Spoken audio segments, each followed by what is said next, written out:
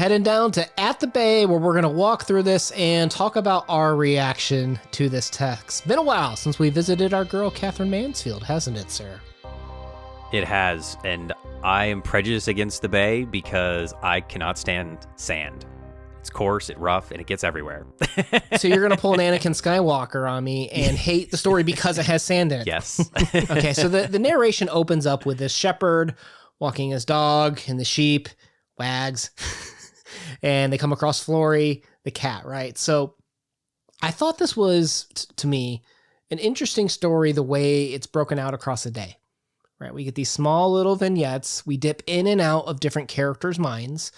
I didn't look to see if it was free and direct speech. We enter into the person's mind, and then we also exit and have a third person view, I think. I would have to double check, but I think we literally are pulling a Ulysses of having a day with this family, moving in and out of people's heads, and we get this impressionistic view of life in this community. I love this idea if it was made into like a movie, because I imagined that the camera started filming the Bay and then kind of flew down, followed the shepherd, and then it transitioned to the cat, and then it transitioned to the next person. It was just one shot. The entire short film was one shot, never broke, never changed, and it was just moving from person to person, and you were moving from their existence to the next person's existence. And I think that Mansfield is incredible at showing us how these mundane features of each person's lives are all interconnected and how important we are to one another. Or even juxtaposed against each other. And I love that idea of a one-shot film for this. I really do like those. But let's move into the story, right? So the first person we kind of meet is Stanley Burnell, assuming you haven't read some of her other stories with these characters. And he wants to go swimming, right? He's got to be first. And gosh darn it, that darn trout is in his water. Stanley's a competitive person by nature, and I think this is something that is very stereotypical of your kind of macho man, right? Is he's got to be number one, he's got to be best, and he has to prove it that he's going to beat everybody. I thought it was hilarious, this interaction between him and Trout, and that the guy beating him on swimming is named Trout. I gotta admit that I like the high drama of the scene. But no, seriously, I do like how, to me, Stanley also embodies that person that has to have things a certain way. When things don't go the way that he intends, as we see as he moves into the house where he wants his walking stick. Nobody knows where my walking stick is. My wife is ignoring me. He's got an immediate impression of selfishness in the beginning opening scenes because he wants things a certain way. And literally the way that his day is rocked by these waves from Trout, pun intended, shows you that he doesn't deal with I think Stanley is also a man of routine, and I can understand that. It gives him his life meaning. He goes to work at a certain time. He does his swim at a certain time. He has dinner at a certain time, and that routine allows him to thrive. And when that is given a monkey wrench, then it disrupts his natural flow. His happiness is in the routine of mundane life. See, and this is why you have recordings with your friend, because they can finish your sentences better than you could have finished them. But is there not also, because we've read a lot of Mansfield at this point in time, we also have to talk about the gender, right, divide. She's very good about entering into both male and female awareness, seeing the weaknesses and the pros and the cons of each of them. She shows us that as soon as the male leaves, right, the guy that has to have his way leaves, immediately they're like, freedom. Oh, thank goodness the man is gone. And the maid even like drowns like the teapot in the sink, pretending it's a guy. Like it's very interesting that the way that Stanley needs to control to feel comfort, like a routine, as you said, it also shows how it strangles some of the joy and freedom from the female lives in his life. Oh, I like how you worded that. I thought it kind of that this is your time period where there's not a lot of freedom and choice for women in the country. being able to work, being outside of the home, seeing beyond just being the caregiver at home. Men had a lot more control over women at this time period, and that when the control is gone, dad's away, then mom gets to play. Oh, 100%. No, that's exactly what I'm saying. Yeah. And there's even like a hierarchy, right? Because, okay, so if men are at the top of this Mansfield hierarchy, and honestly a bit, with the culture, you have the women. But then at the bottom, okay, so if at the top you have the most control, but you also are not as free in some regards, right? Stanley has to get on his the coach. routine. He's got to get his routine. He's got to get to work because he thinks the family owes him something for providing, right? Like, since I'm providing, you guys wouldn't survive without me. You need me. So you should almost adore me with affection and thanks, which, There's a set of expectations there. Yeah, exactly. You can tell the tongue-in-cheek there, too, when Mansfield's delivering it. But at the bottom, you have the children, who have the least amount of responsibility, especially the three girls. Well, I guess you can count the little boy who just, is a little spud and is taken care of. The baby. Yeah. Yeah, but you've got the three girls, right, in terms of Isabel, Lottie, and Kezia. And they get to play. They've got fantasy. They don't have these expectations put upon them. So they actually have the most amount of freedom, and they actually exercise the most amount of fantasy and play, as opposed to Stanley, who has probably got the most rigidity in his life. And I think that's where Mansfield thrives, is how complex this story is. Again, just having such a simple idea of following the lives of these normal average people. I mean, these aren't kings or queens or knights or Jedi knights. These are people just going about their everyday lives. But you can see where she's intertwined both the idea of sexism back in the day and ageism back in the day, of how your life changes, whether you're a man or a woman at this time period, and how old you are is also going to matter what happens in your life. These children don't have those responsibilities like Stanley does. And I feel like sometimes maybe he almost resents them for that they still get to have the play and he has to have the pay. Oh, look at you with that play on words there. So let's talk about the beach, because, Mansfield even says, hey, it's expected that at 11 o'clock, this belongs to women and children, right? Like, that's when they can play, the men are at work, that sort of thing. We're playing into that structure, right? But you get introduced to Beryl, right? The sister-in-law, who, I'm not making you sugar, Stanley. Like, she's ready to buck the system a little bit. Like, I'm not giving you no sugar, right? Because she's also, you'll notice who she's hanging out with at the beach is Mrs. Harry Kember, who married a man 10 years younger. Her house is, I forget the exact words, but it was messy or something like that. And she specifically just has no interest in playing the female role that society expects of her, right? Almost like she's the person that Beryl kind of wants to embrace more of in herself, right? Like the ability to let go of social expectations and just be who she wants to be. And what does that exactly mean, right? From a time period where women are more confined, what is it she wants to be? What do you think Mansfield has been kind of alluding to through this whole story? And I haven't kind of mentioned it yet, because I think Beryl is the perfect person to embody this. Okay, tell me more. My inclination has to do with her expression of her desires, perhaps. Where are you going with it? What kind of desires? The romantic desires, if you will. The idea of the control of sexualization of women. And I think that Beryl is wanting to branch out in her sexuality, that she doesn't necessarily want to just get married and have a husband and that be the end of it. And I think that in the story, there is a lot of provocative language that, if you look for the sexual innuendos, especially in the opening paragraph, and then some of the key adjectives that Mansfield uses throughout the entire story, not just around Beryl, that there's a lot of sexual tension hidden in this story that revolves around this character specifically, but in generality as well of the story. 100%. And she doesn't want to serve men to that point too, right? But she wants to be around the women. So yeah, I could definitely see that. There are some autobiographical elements that I don't want to necessarily fire too much out to there, but it is worth pointing out that there were some questions about, Katherine Mansfield's herself and those sorts of things. So let's say this. Let's say she's the one that is being suppressed, but has these desires, right? What about the Yes. opposite side? What about the mom, Linda Burnell, who felt almost pushed into the marriage? No, she didn't feel, no, she didn't feel pushed into the marriage. That's not the right words, because she saw something in him that others didn't see. Right? We see at this point, we're thinking Stanley's 100% business, got to have things his way, right, man? Right?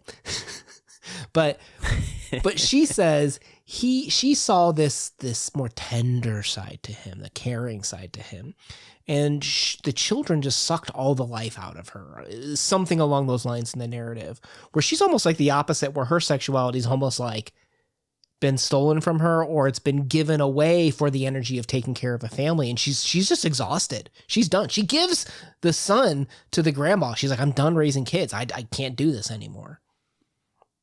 I think that Linda is a very complex character, and I think for me, besides Burl, the main character of the story, even though there is no real main character, but I think there's a lot of good lessons from Linda, that age is a determining factor in our lives. When she was young, Stanley was providing security. He was providing stability in her life. He was providing, something that she didn't have, or maybe she would never have, love, money, whatever.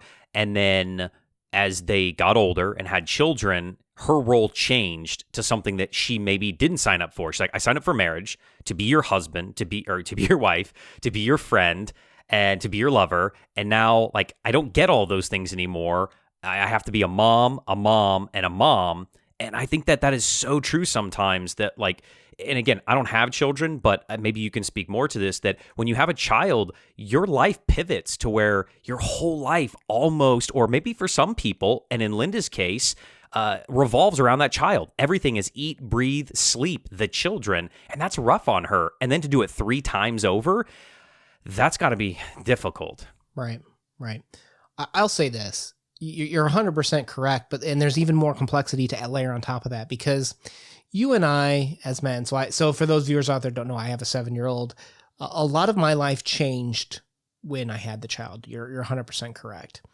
And while my wife went through the same thing, there's a difference for a lot of women, depending on how things go too, about their hormones, right? How their hormones react to things, that it can really change how they value, prioritize, are drawn to certain things, that they potentially have a much different experience compared to men too. So even, I can't speak for all men, I can't speak for all women, but I'll just say, keep up that open mind that, a person's desires can change, right? And the way that you look at something, you can still love, still like something, but the way in which you desire, the way in which you spend time or cherish time with them can change drastically. And I think that's what we see with Linda, right? Maybe I painted it to like, oh, I'm exhausted, like giving up, but that's not what I mean at all. But I mean, she has completely flipped on some level after all of these children, that her priorities have changed drastically. And again, it's not just, I think, a psychological thing. This is a physiological thing, that she's older. She has, maybe she's going through menopause. She's had all these hormonal changes. Her expectations on herself and the outside world, her husband, her parents, her in-laws, her, Beryl, all these people looking differently upon her, of like, these are the expectations. That's a lot of pressure. I can only imagine what she's feeling, the stress of all of that coincided with everything else. When does Linda get Linda time? Well, when does she get to be who she wants? You still have to have some of your own self-identity, or you're not going to be a good parent. And that's, I think, why she struggles maybe being a parent at all, good or bad. Right. And isn't this story a good representation of how we're drawn to certain things? So the way that, to your point earlier, about how Beryl was drawn to Mrs. Harry Kemper. Why? Right? That's one question. Another example would be Alice. On her day off, how does she spend her time? And she goes to the shop owner to spend time, drink tea with her, and the shop owner is sitting there doing, what type of a person is she? Right? She wants her photos blown up, and she admits that, without her husband, there'd be more freedom. She's a TikTok girl. She's the social media princess, is what I would call her nowadays, where need those likes, need that attention, need those clicks. That's, I think, that a way that she is represented in this story. And there's nothing wrong with that. That's just, some people need that outside affirmation. Okay. Okay. What about the children? We've kind of neglected them, unfortunately. They've got this fantasy world where they're playing with the next door neighbors. I think they kind of look, I don't know. I kind of thought that they looked down on them a little bit because there's always that class representation in a Mansfield story, and their caretaker whistles at them almost like a dog. Like it felt like they kind of looked down on them to me, but then the Trouts come over and they're playing with them. They're digging up the sand, the treasure where they find the emerald. Then they play that card game where they're all pretending to be animals, almost becoming animals. The narrative energy really enters the mind of a child, which I think Mansfield does really, really well. What do these children represent in the context of these adults who long for perhaps something else with how they surround themselves with what I think they're longing for?